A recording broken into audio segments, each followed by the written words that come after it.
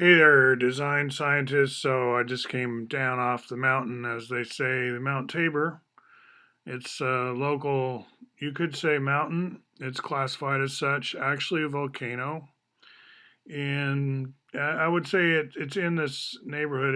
It would mark the boundary of what I call, what a lot of us call the Asylum district, Montevilla on the other side of the mountain. So I was with someone with pretty significant GST background. If you've been watching my vids, by the way, I have this blog post here that kind of makes it very easy for new recruits. I talk about what is my philosophy, and then I give the background lecture with slides that you could also use if you want to get good at this philosophy, and then the Wittgenstein part of it all in one place. So watch these three videos and you're up to date. If you're thinking about sending me a resume, I'm biased towards GST if you know what that is. And if you don't, check out my writings on Medium. And what is it that we're planning here? So let me jump to this very rough sketch. I just threw this out this morning as part of my brainstorming. Anybody can take a piece of paper and draw stuff like this, I understand.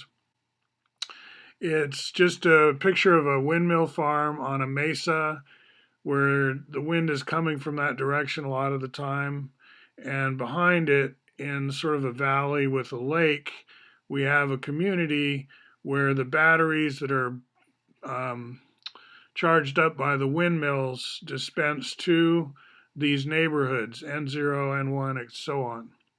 So the inspiration behind a place like this, I would say there are three major influences: Burning Man, Oregon Country Fair, and Occupy.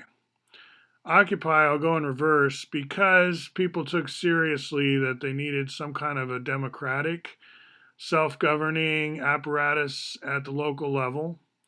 And there were a lot of experiments going on and speeches and so on, but it was the spirit that I want to capture there. And I'm thinking a lot of the workflows, you work those out before you even build anything, right? You have some idea of how you're going to do this, how this thing's going to be managed, right?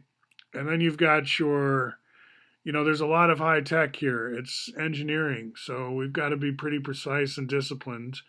And Oregon Country Fair is that. It's been going on for like 20, 30 years. It's highly disciplined. Everything's pretty scripted. And, this would be at first more chaotic because we don't have the routines yet. But in 20 years, an asylum city like you're looking at could be a smooth running machine. And even every step along the way, it will have its own sort of order to it, but it will evolve. It's designed to be a living thing. And the idea of neighborhoods chained along here, that's like, could be a lot more neighborhoods. The scale could be all wrong here. In other words, just think of it as designing like an organism. And don't think you need a PhD in city planning before you're allowed to brainstorm about the future. That's the thing. We need to feed our imaginations regardless of what walk of life we're in. And so I'm encouraging people with the general systems theory, GST backgrounds, to join me in brainstorming. First of all, you could call it the movie and the underground comic. In other words, my Martian math storyboards where I talk about the Martians and how we get to know them, all that stuff.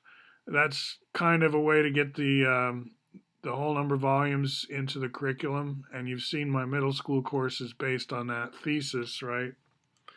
So that's already what you could call an underground comic. And we don't have to start by, running out into the desert somewhere like Terrebonne or Fossil and actually building this. But it is interesting to know how many wind mills will it take, and is that sufficient? So when I walked up Mount Tabor today, with my GST friend, that's what we were talking about, was the equation between batteries, winds, a village depending on you for power, and do we still need a hookup to the grid? Now, my hookups over here, where I wrote hookups, what I meant by that was if you're coming in your RV or your Bismo and you need to park there and have some services, that's what I'm talking about. Garden is where you cultivate and grow stuff.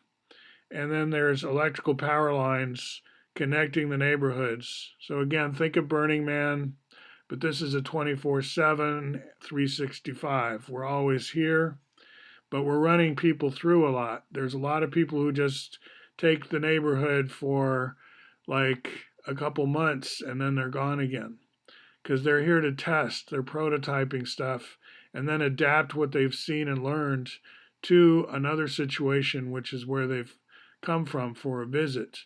So we could think of this as kind of tourist visa place, but on the other hand, there's staff that's there a lot of the year and on a more permanent basis. And on the other hand, also, it's a working city. So you don't come here thinking it's a resort and I'm just going to water ski in the lake. You come here because you're actually working and you're actually getting paid to be here. So, when do we start building this, you're wondering, and where is it going to be? Well, Asylum City is just a meme, and this is more at the meme stage right now. Like I'm saying, what you want to do is enroll in the School of Tomorrow, become a recruit, and start getting your imagination in shape for an interesting future. Don't just listen to politicians on TV. Don't be lazy, because that's not what's up, right? This is School of Tomorrow. We need to do design science and not just sit around watching politicians fight, entertaining as that may be. So watch my other videos if you want more information. I'll talk to you soon.